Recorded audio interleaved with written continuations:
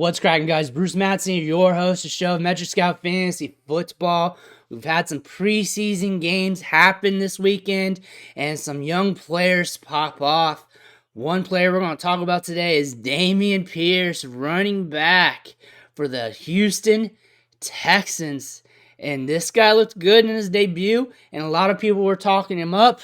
I didn't get this chance to see this game live because I was traveling this weekend, but I'm making up for that by trying to catch these games on the back end. But I was able to catch some clips of Damien Pierce. I think he ran the ball 5 times for 49 yards, had a couple good runs in there, and like always, due to YouTube, I have to run these clips a certain way, different from what you've seen from the training camp footage and stuff. So it goes a little slower. I apologize for that, but we have to make it do what it do here. But Damien Pierce here in the backfield, and he's going to get the carry here. Second quarter, 7-3 Saints. What is it? 2nd and 3. So he takes the handoff. He's approaching the line of scrimmage. You see there's a lot of space here to the outside. Let's see what he does. Goes towards it. We got that defender peeling off here. So what he's going to do is stick that leg right in here, pop it inside, and now his goal is to beat this defender to get to the second level here on the outside, which he does. 99 takes a little face plant. Whoop! 99 just drops. Now we got 40 and 35 here. They got to take the correct pursuit angle, or Pierce is just going to eat more yards. Here we are. Pierce kind of noses it, so he veers off to more space. They're trying to catch him down. 40's coming in, catches them, and a good gain on that play. I think we're going to look at it again here. Different angle. So here, coming up, plant steps.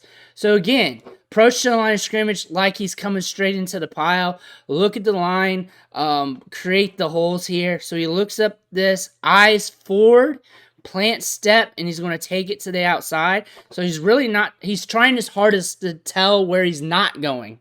Or not tell where he's going, however you want to say it. And then, I went too quick there. Right here, where we were at. So plant steps, eyes up forward, drags that toe, does whatever he can to not tell, and then bam, hits it. Gets here, and then we don't see it, but there's 99. Look how tight that crease is right there between 99 and him compared to the other angle. So sometimes the perception from the camera is kind of like leak into your vision here, but he's able to know, like, I got my odds better if I kick it inside than if I go out and if he hits a good pursuit angle on me. So I'm going to take this inside. 99. He also, spacing wise, there's more space here than what's led on believe, because he can fit in here pretty good. So he fits in there. 99's just straight wiling out. And also, when 99's coming out, his momentum, it's not a lot of momentum, but it's enough considering how big he is. It's headed towards the sideline. He's reading that momentum. That's why he kicks it inside too, because now 99 has to break his move back towards that inside to try to make that tackle. When he tries to break that down, look at him. He trips himself up a little bit, cannot make up as much ground, and Pierce hits that good. Now we got 40 and 25. They're kind of back there.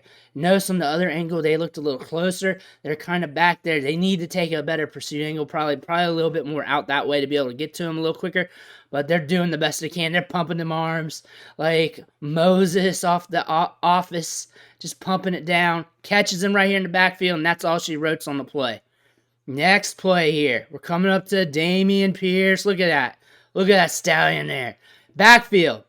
Broken eye, whatever you want to call it. Gets to carry.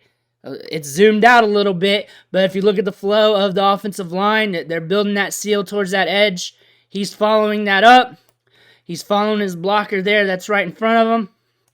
See where he takes it. Goes upfield. The defense is doing a good job taking away them edges, especially with that defensive end or whatever there's on the side. I'm so zoomed out, I don't know who he is anymore. So Pierce comes up. We got a little wedge there that's building, and he gets through. Gets through right there, right through that crease.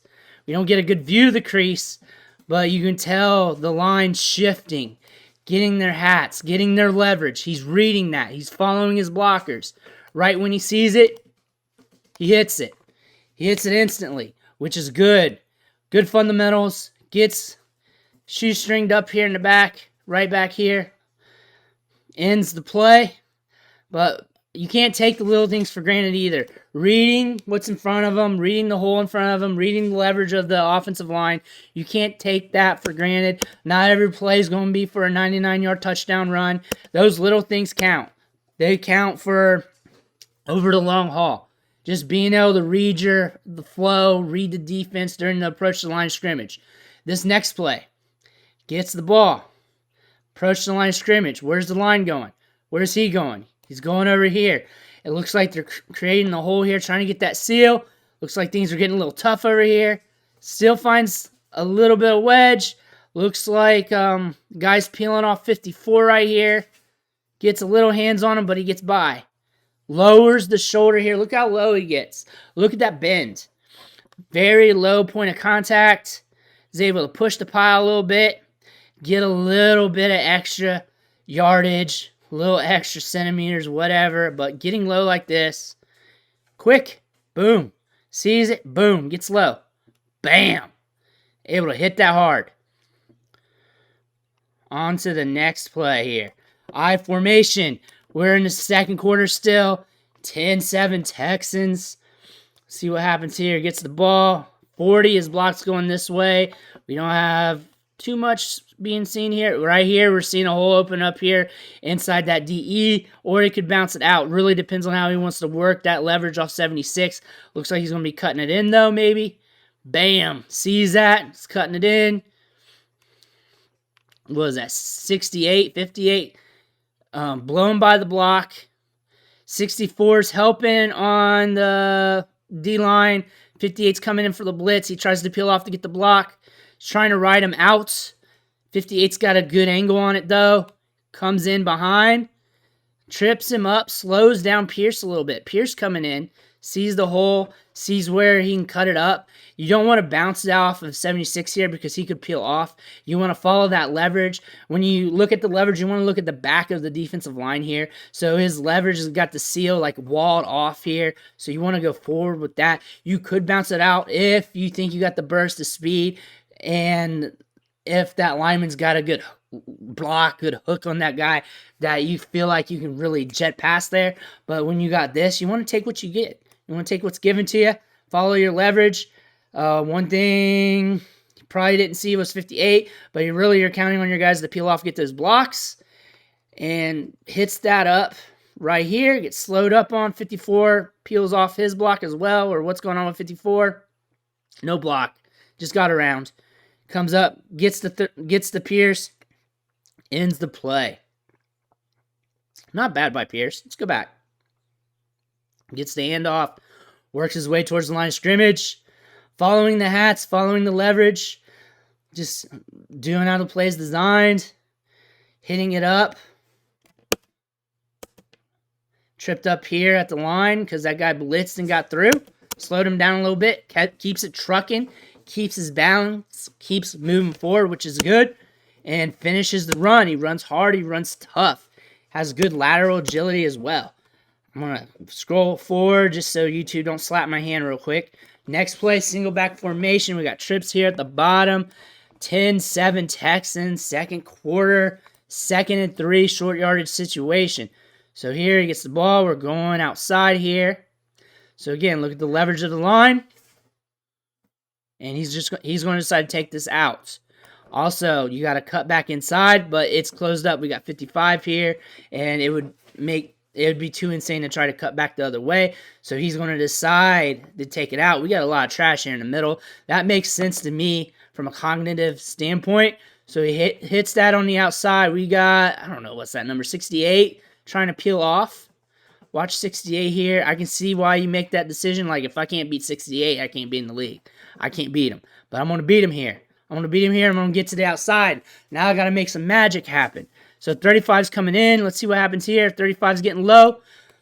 Pierce is like, I'm going to take this content. And I'm going to see if I can send you to hell. I'm going to take this contact and see what happens. Gets past him a little bit. It'll fall forward. Get you some extra yards. This guy runs hard.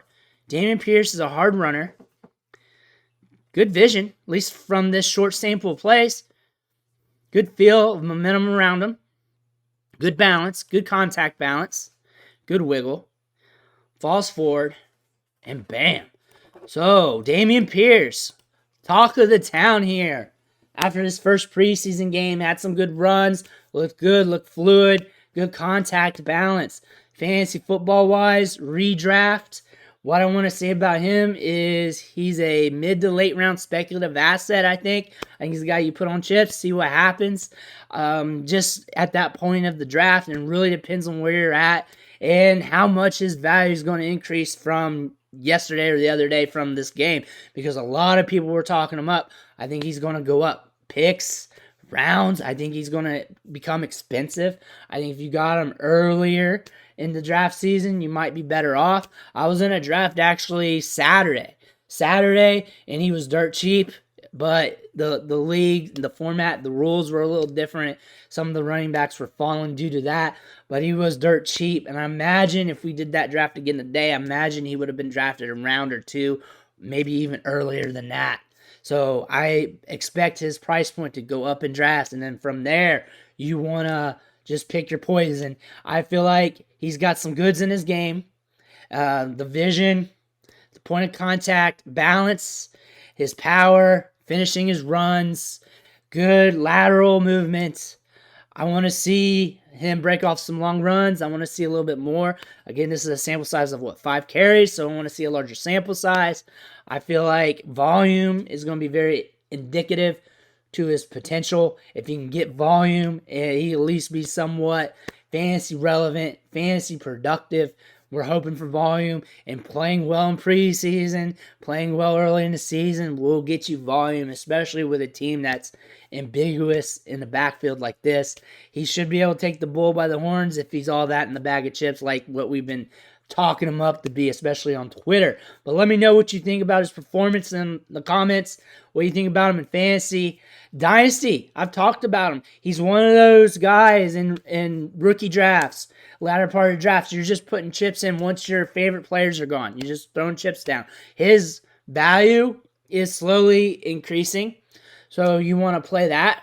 Maybe if you bought him earlier in the offseason, you may be thinking to sell because you got a little ROI. Maybe you can get something. I don't know. Every league's different in Dynasty. Dynasty, the rules are the Wild West from league to league. So if a player changes value, if there's a change of value with any player, just test your market, see what happens. No players are buys, no players are sells. You really just got to mess with things in your league's market to see what's going on. That's just the true story about Dynasty Fantasy Football. But let me know what you think about Damien Pierce in the comments. Let me know if you like him fantasy, if you like him for the Texans, or if you're Texans fans, whatever it is. Let me know. Hit that like button. Helps the video out on the algorithm. And then if you haven't already, hit that subscribe button, because we'll have more film studies, more player breakdowns, a lot of stuff on the younger players, the rookies, more training camp highlights and everything else. But again, I want to thank you, and I'll catch you on the next video.